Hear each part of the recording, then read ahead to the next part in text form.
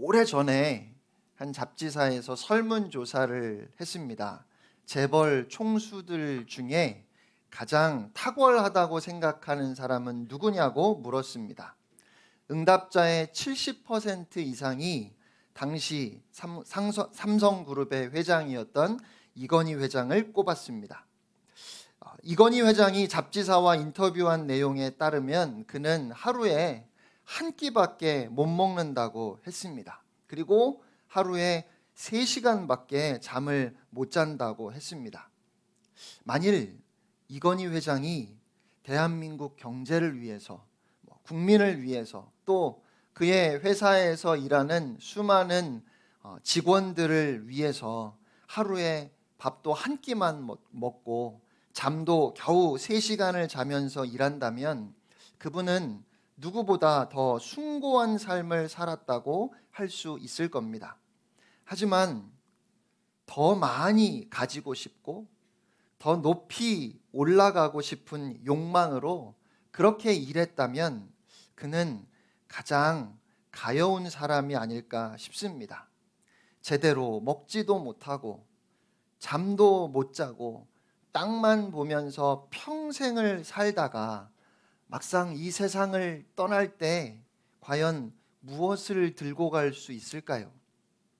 예수님께서 마가복음 8장 36절 37절에 이렇게 말씀하셨습니다. 사람이 만일 온 천하를 얻고도 자기 목숨을 잃으면 무엇이 유익하리요? 사람이 무엇을 주고 자기 목숨과 바꾸겠느냐? 등이 굽어지도록 일해서 태산과 같은 재산과 명예를 쌓았다 할지라도 그것이 아무 의미가 없고 아무 소용이 없는 날이 반드시 오게 되어 있습니다.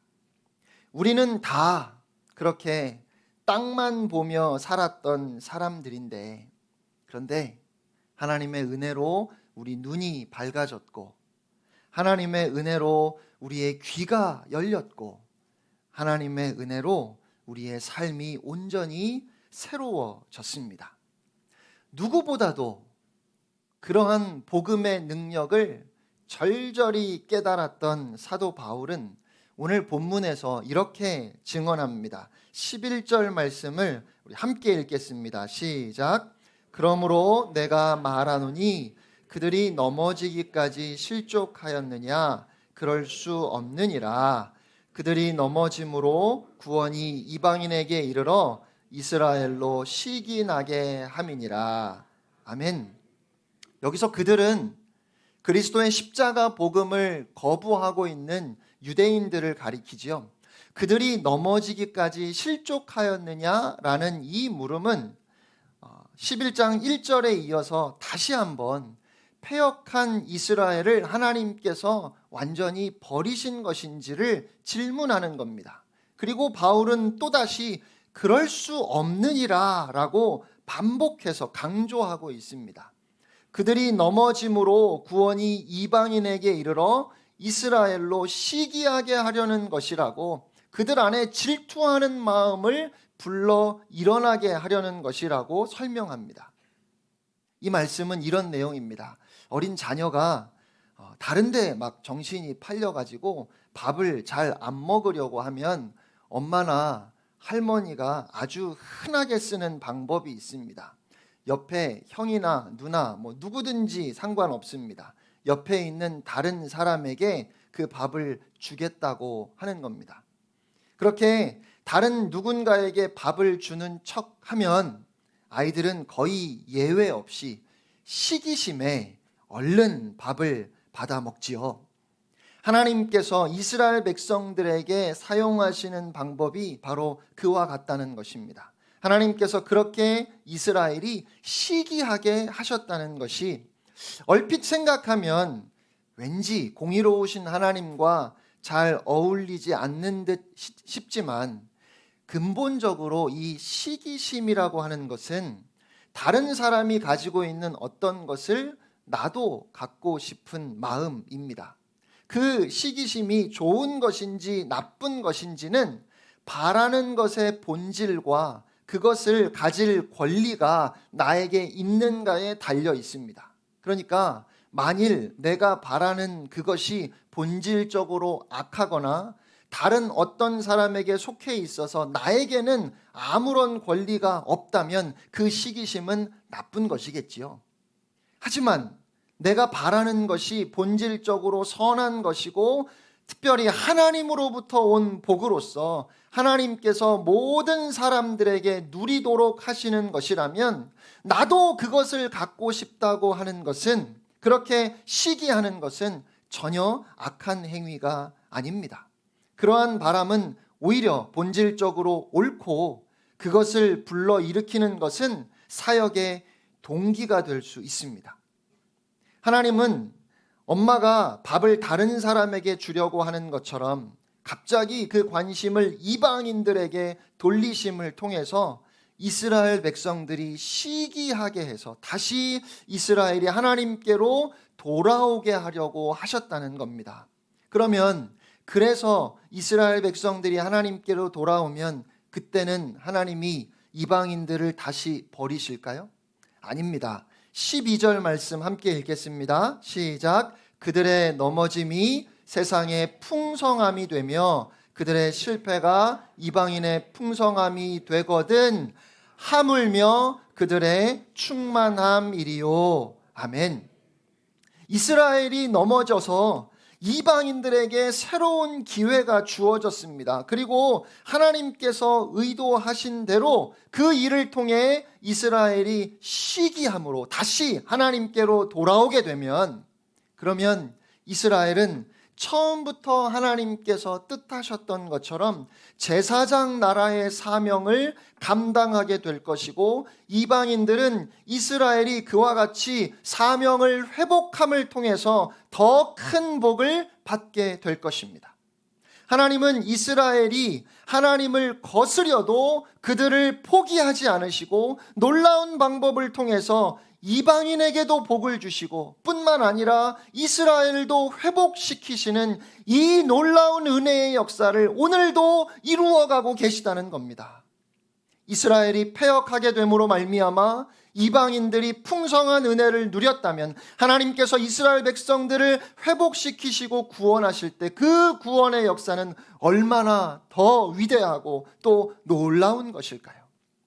여기에서 우리는 하나님의 택하심에 대해서 다시 한번 중요한 통찰력을 얻을 수 있습니다. 하나님께서 많은 민족들 가운데 이스라엘을 선택하셨다는 사실을 이스라엘 민족이 그랬던 것처럼, 그래서 이스라엘 외에 다른 모든 민족은 택하지 않으셨다, 버리셨다라는 말로 이해한다면 그건 잘못된 생각입니다. 하나님께서 어떤 사람들을 구원하시기로 예정하셨다, 작정하셨다 이렇게 말하니까 우리는 생각하기를 논리적으로 그러한 하나님의 선택하심에서 빠진 사람들은 하나님이 버리신 것으로 생각할 수 있지요. 그런데 이것은 논리적으로는 타당한데 성경적으로는 옳지 않습니다. 하나님께서 이스라엘을 먼저 선택하신 이유는, 그러니까 이스라엘만 이뻐서 그들만 구원하려고 하신 것이 아니라 처음부터 이스라엘을 통해서 모든 나라와 모든 민족들이 구원을 얻게 하려고 하신 하나님의 놀라운 계획이 있었다는 것입니다. 그러나 이스라엘은 그러한 하나님의 뜻을 깨닫지 못하고 하나님께 선택받은 은혜를 이웃들에게 나눠주지 않았고 자기들만 특권으로 누리려고 했습니다. 이것이 이스라엘 백성들이 버림받게 되는 이유입니다. 그러나 이스라엘 백성들의 버림받음이 그들의 멸망으로 끝나는 것이 아니라 오히려 이방인들의 구원의 기회가 되었다는 사실은 얼마나 놀라운 하나님의 일하심인지요. 이스라엘 백성들이 복음을 거절하니까 이제는 이방인들에게 구원의 기회가 제공되어서 이스라엘에게 먼저 향했던 그 놀라운 은혜를 이방인들이 받아 누리게 되었습니다. 그리고 그것은 동시에 이스라엘로 하여금 시기하게 해서 그들도 그 복음을 받아들이게 하려는 것입니다. 여러분, 하나님의 일하심이 정말 놀랍지 않습니까? 그렇게 하나님의 택하심은 모든 사람들에게, 택함을 받은 사람이나 받지 못한 사람이나 예외 없이, 그러니까 궁극적으로는 그 모든 사람들이 다 하나님의 사랑을 받아 누리게 되기를 원하시는 것이지요. 그것이 하나님의 선택에 담겨 있는 놀라운 사랑이고 은혜입니다. 바울은 이러한 복음의 역사를 17절 이하의 말씀에서 접붙여진 가지의 비유를 통해 설명합니다. 이 비유는 참 유명한 비유이기도 하지만 또 좀 논란이 있는 비유이기도 합니다. 저는 개인적으로 이 비유의 말씀을 정말 사랑합니다. 17절 말씀 제가 읽겠습니다. 또한 가지 얼마가 꺾이었는데 돌감람나무인 네가 그들 중에 접붙임이 되어 참 감람나무 뿌리의 진액을 함께 받는 자가 되었은즉. 이 비유에 대해서 논란이 있는 이유는 저는 잘 모르지만 아마 어른들은 잘 아실 것 같아요. 정상적으로 접붙임을 할 때는 열매 맺는 좋은 가지를 다른 나무에 끼워 넣는 것이기 때문에 그 반대로 하면 아무 쓸모가 없어요. 그래서 심지어 바울이 저처럼 도시 출신이라서 농사가 뭔지 그 원예학적인 지식이 너무 없었다고 꼬집기까지도 합니다. 그런데 스코틀랜드의 신학자 윌리엄 램세이는 바울이 이야기한 접붙임 과정은 예외적인 경우로 더 이상 열매를 맺지 못하는 감람나무에 돌감람나무의 어린 가지를 접붙여서 그 나무를 되살리는 것이 팔레스타인 지역에서 사용되었던 방법이라고 설명합니다. 감람나무 뿌리에서 올라오는 수액은 돌감람나무의 가지를 가치 있게 만들고 그 나무는 다시 열매를 맺게 된다는 것입니다.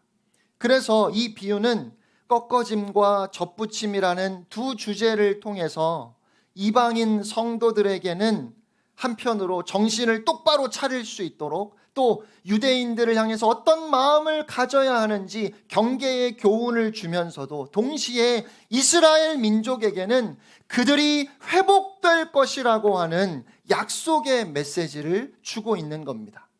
꺾어진 가지는 하나님의 복음을 거절한 이스라엘 백성을 의미하지요. 돌감람나무는 이 편지를 받고 있는 그리스도인들, 그러니까 이스라엘 백성들이 아님에도 하나님의 은혜로 구원받은 이방인들, 다시 말하면 저와 여러분, 우리를 가리킵니다. 우리는 본래 하나님이 택하신 민족이 아니었지만 예수 그리스도 안에서 아브라함의 자손이 되었습니다.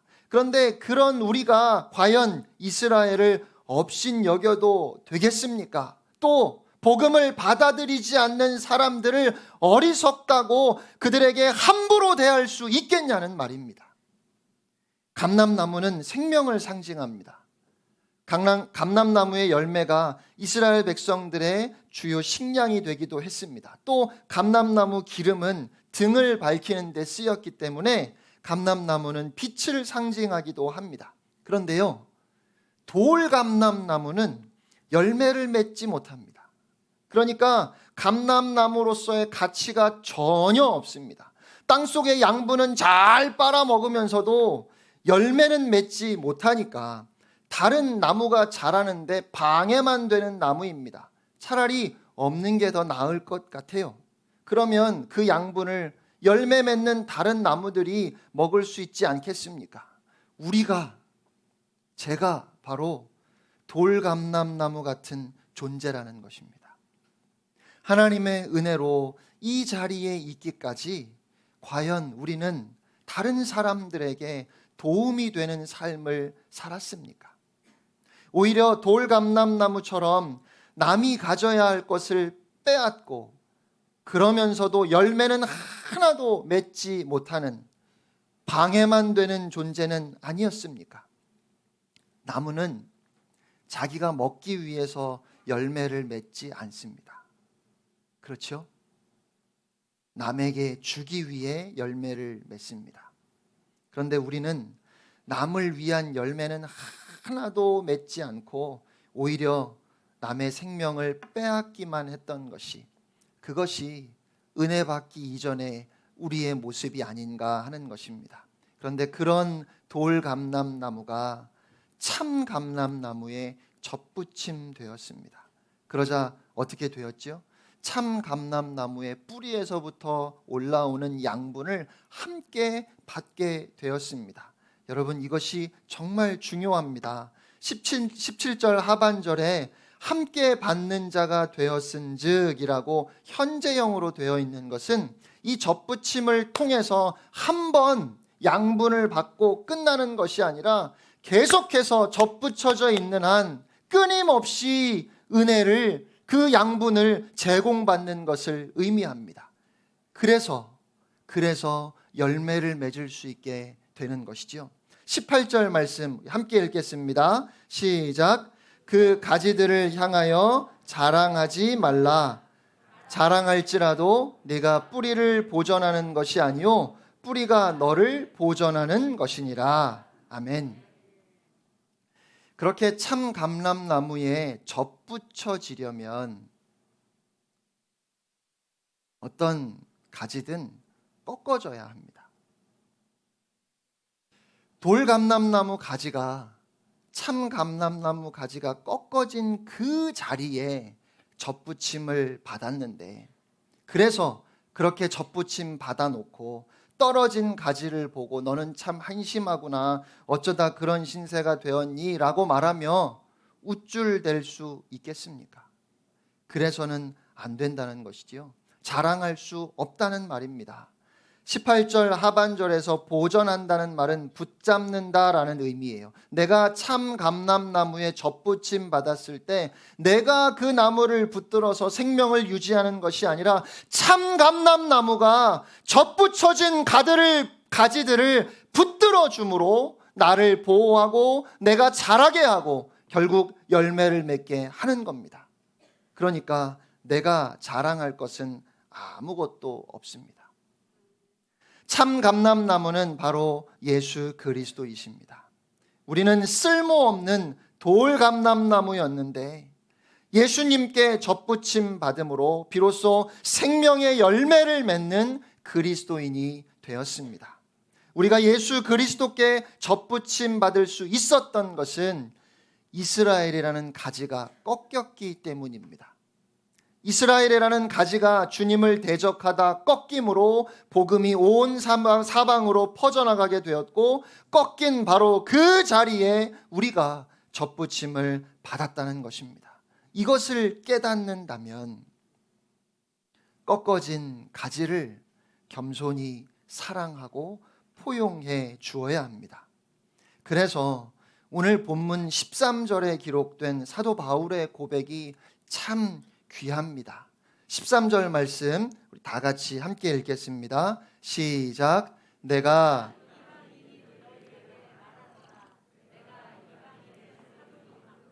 내 직분을 영광스럽게 여기노라. 아멘. 이 말씀에서 직분이라고 번역된 디아코니아라는 단어는 봉사, 일이라는 의미의 단어입니다. 세상적인 의미로 하면 직업이라고 해도 틀리지 않습니다. 이방인들에게 복음을 전하는 것이 바울의 일이었습니다. 그리고 바울은 지금 그 일이 영광스럽다고 고백합니다. 그 일이 자랑스럽고 그 일의 긍지를 가지고 있다는 겁니다. 여러분은 지금 여러분이 하시는 일에 대해서 영광스럽게 생각하고 계십니까? 세상 사람들은 어떤 경우에 자기가 하는 일을 영광스러워하지요? 그 일을 통해서 많은 돈을 벌든지 명예가 높아지든지 권력을 쥐게 되면 굉장한 긍지를 가질 겁니다. 그런데 바울이 영광스럽게 여기고 있는 이 일로 인해서 바울에게 주어진 것은 무엇입니까? 그에게 부귀영화가 주어졌나요? 바울은 이스라엘 사람들이 아니라 이방인들에게 복음을 전하는 일에 헌신함으로 오히려 자기 민족으로부터 배신자라고 매도당했습니다. 바울이 가는 곳마다 바울을 죽이려 했던 사람들은 다름 아닌 유대인들이었습니다. 그렇게 자신의 동족으로부터 핍박받고 조롱당하고 말할 수 없는 고난을 겪으면서도 오늘 바울은 자기의 직분을 영광스럽게 여긴다고 말하고 있습니다. 그 이유가 무엇일까요? 14절이 그 이유를 말해줍니다. 이는 혹 내 고륙을 아무쪼록 시기하게 하여 그들 중에서 얼마를 구원하려 함이라. 아멘. 그 일을 통해서 자기 민족 중에서 누군가가 구원을 얻을 것이기 때문에 바울은 그 일을 영광스럽게 여긴 것입니다. 그 누군가가 누구인지, 어디에서 살고 있는지, 몇 사람이나 되는지는 몰랐지만 분명히 이스라엘을 버리지 않으시는 하나님이, 포기하지 않으시는 하나님이 그들을 구원하실 것이라는 믿음이 그에게 있었습니다. 그리고 그가 이방인들에게 복음을 전할 때 그들 중에 그리스도께 접붙임 받은 사람들이 분명히 있을 뿐 아니라 자신의 동족 이스라엘 백성들 중에도 시기하는 마음으로 그 복음 앞으로 돌아올 사람들이 있을 것이라고 그는 확신했습니다. 결국 바울이 이방인에게 찾아가서 복음을 전하는 것은 도대체 십자가 복음을 받아들이지 않는, 오히려 복음을 전하는 바울을 핍박하고 방해하는 이스라엘에 대해서, 그러니까 이스라엘은 내가 포기하고 나는 이방인들에게 갈 거야, 이 마음이 아니라 자신이 이방인의 사도로 부르심을 받아서 이 사명을 감당하지만, 그래서 나의 이 일을 통해 이방인들에게 복음이 전해질 뿐만 아니라 이 일을 통하여서 또한 하나님이 이스라엘이 시기하게 해서 그들 가운데에서도 반드시 하나님께서 구원하실 사람들이 있을 것이라고 그렇게 확신했고, 그 일을 위해서 그는 자신에게 주신 이 직분을 영광스럽게 여긴다는 것입니다. 그러니까 그는 끝까지 이스라엘을 포기하지 않았습니다. 오히려 그들을 사랑했습니다. 바울은 어떻게 그럴 수 있었을까요? 바울이 그렇게 이스라엘을 사랑했던 이유는 그가 이스라엘을 사랑하시는 하나님의 사랑을 알았기 때문입니다. 그리고 그가 하나님께서 이스라엘을 버리지 아니하시고 포기하지 아니하시고 사랑하신다는 것을 확신할 수 있었던 이유는, 그것을 그가 알았던 이유는 바울이 하나님을 뜨겁게 사랑했기 때문입니다. 하나님을 사랑함으로 그는 하나님이 이스라엘을 사랑하신다는 것을 알았어요. 이게 무슨 말일까요? 쉽게 말해서 사랑은 상대방의 마음을 헤아리는 것입니다. 바울은 하나님을 사랑했습니다. 그래서 하나님의 은혜를 입은 순간부터 그는 하나님 아버지의 마음을 알고자 했습니다. 다른 말로 하면 하나님의 입장에서 생각했던 겁니다. 하나님께서 독생자 예수 그리스도를 내어주시면서까지 나를 구원하셨다는 사실을 내 입장에서만 보면 나만 특별한 존재가 됩니다. 하나님이 나를 특별히 사랑하셨어. 그래서 그 많은 사람들 중에 나를 구원해 주셨네. 그런데 이것을 하나님의 입장에서 한번 생각해 보니까, 과연 하나님이 나 하나만 구원하시려고 독생자를 내어주셨을까? 예수 그리스도를 십자가에 달려 죽게 하셨을까? 나만 구원하시려고? 이런 마음이 드는 거죠. 당연히 아니지요. 아닙니다. 하나님 아버지께서 나를 구원하신 것처럼 다른 사람들도 구원하기를 원하신다는 그 마음을 깨닫게 되는 겁니다. 내 입장에서 보면 나를 죽이려고 하는 이스라엘 백성들은 원수예요. 사사건건 방해하고 핍박하는 그들이 좀 없었으면 좋겠어요. 그런데 하나님의 입장에서 보면 이스라엘은 하나님이 택하신 백성입니다. 하나님께서 사랑하셔서 부르셨고 약속을 주신 아브라함의 후손들입니다. 그렇다면 바울은 자신이 하나님의 도구가 되어서 어떻게든지 이스라엘이 구원을 얻게 해야 한다고 생각했습니다. 그리고 그런 바울을 통해서 하나님의 위대한 구원의 역사, 사랑의 기적이 계속해서 이어져 간 것입니다. 사랑하는 성도 여러분, 우리도 하나님 아버지의 마음을 헤아릴 수 있기를 원합니다. 우리가 다 하나님 아버지의 마음을 생각할 수 있어야 하겠습니다. 우리 하나님은 도무지 하나님의 뜻을 헤아리지 못하는 패역한 이스라엘이지만 그들이 시기하게 해서라도 그 택한 백성을 구원하기를 원하시는 우리의 아버지이십니다.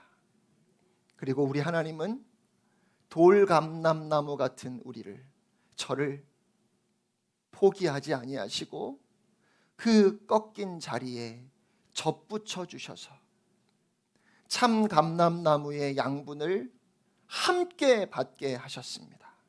그렇게 우리를 구원해 주신 분, 그분이 바로 하나님 아버지이십니다. 그러므로 이번 한 주간도 우리가 우리에게 임한 이 놀라운 은혜의 복음을 자랑할 수 있기를 원합니다. 우리가 복음을 자랑할 때 그 일을 통해서 하나님 앞으로 돌아오는 사람들이 반드시 있을 것입니다. 이 약속을 가지고 세상을 향해 나아가는 여러분이 되시기를 축복합니다. 특별히 이 약속을 붙들고 그 하나님 아버지의 마음을 품고 태국을 향해 가는 우리 단기 선교팀이 되시기를 주님의 이름으로 축복합니다. 우리 함께 결단 찬양 부르고 기도하겠습니다.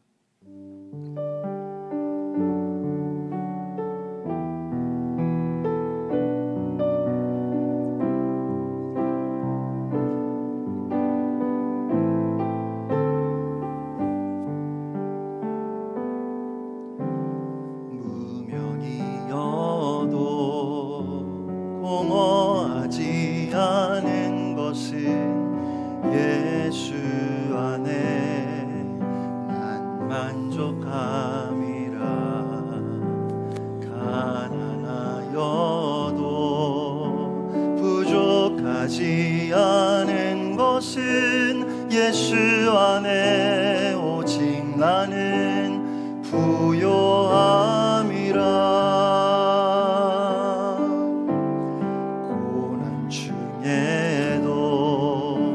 견뎌낼 수 있는 것은 주의 계획 믿기 때문이라.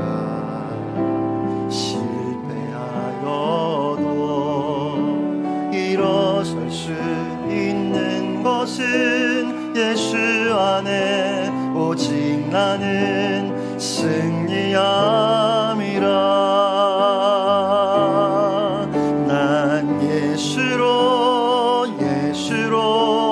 예수로 충만하네. 난 예수로 충만하네. 난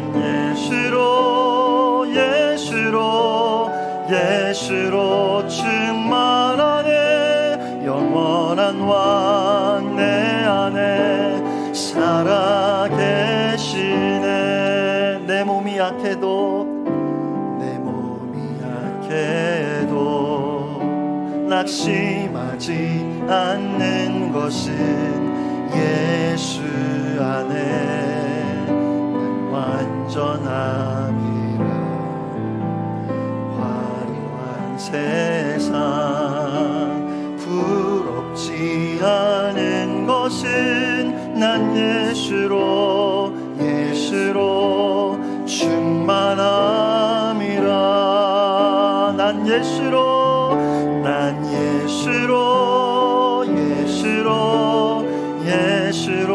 충만하네. 세상 모든 것들도 부럽지 않네. 난 예수로 충만하네. 영원한 왕 내 난 예수로 예수로 난 예수로 예수로 충만하네 세상 모든 풍파도 두렵지 않네 난 예수로